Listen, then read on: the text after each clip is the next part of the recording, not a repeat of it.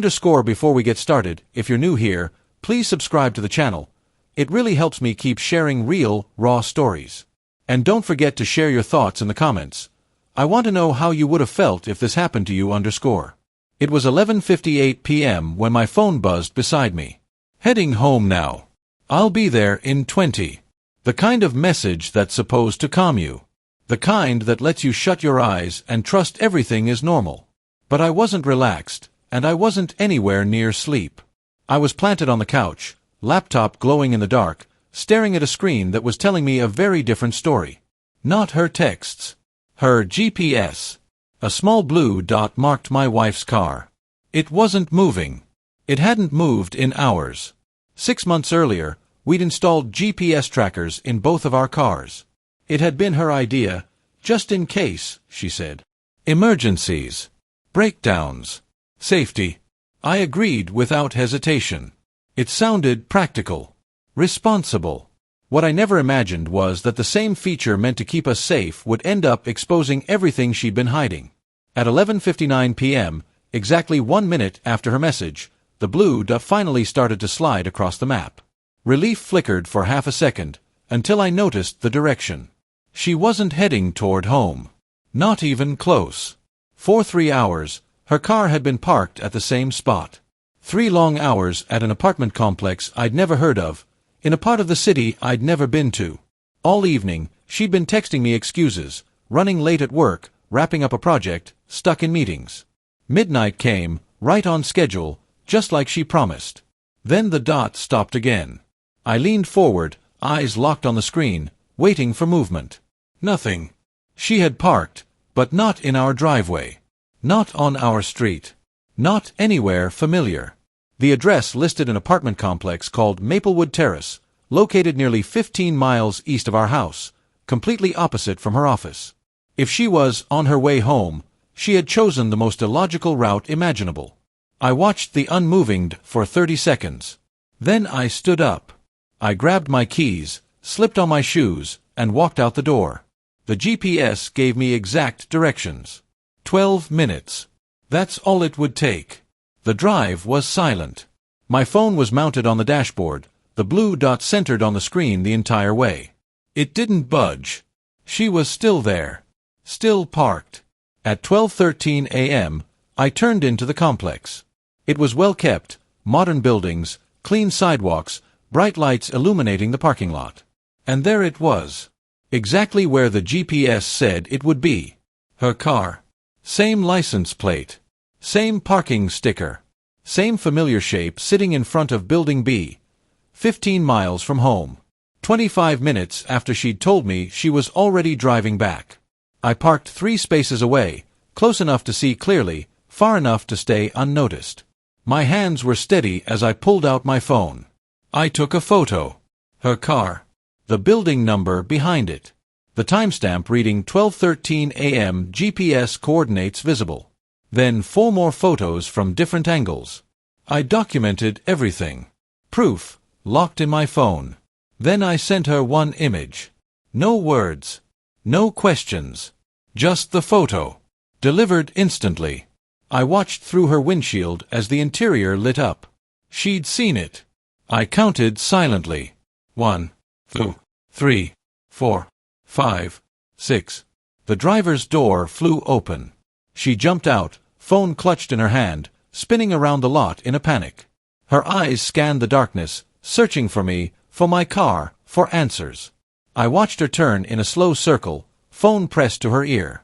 My phone rang. I didn't answer.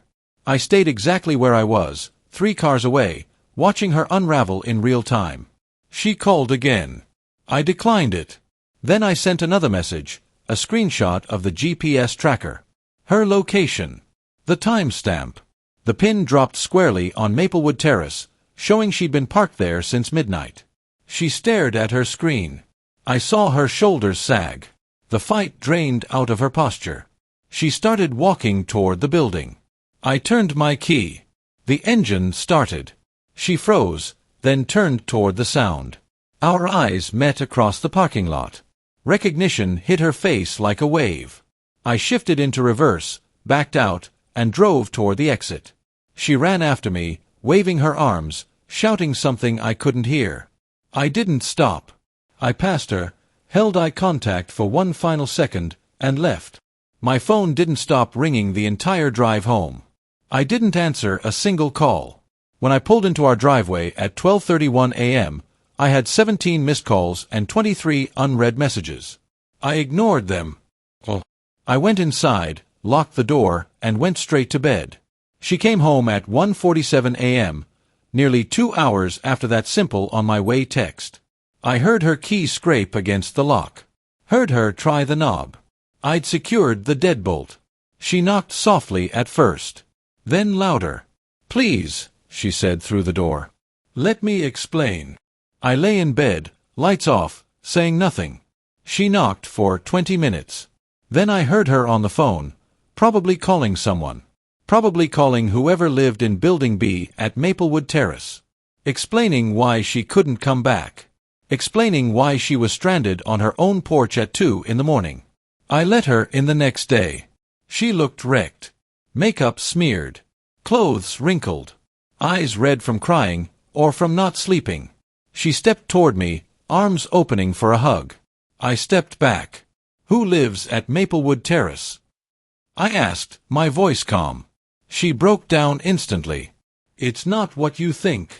I pulled out my phone and showed her the photos. "It's exactly what I think. You told me you were on your way home at 11:58. You stayed parked there until 12:13.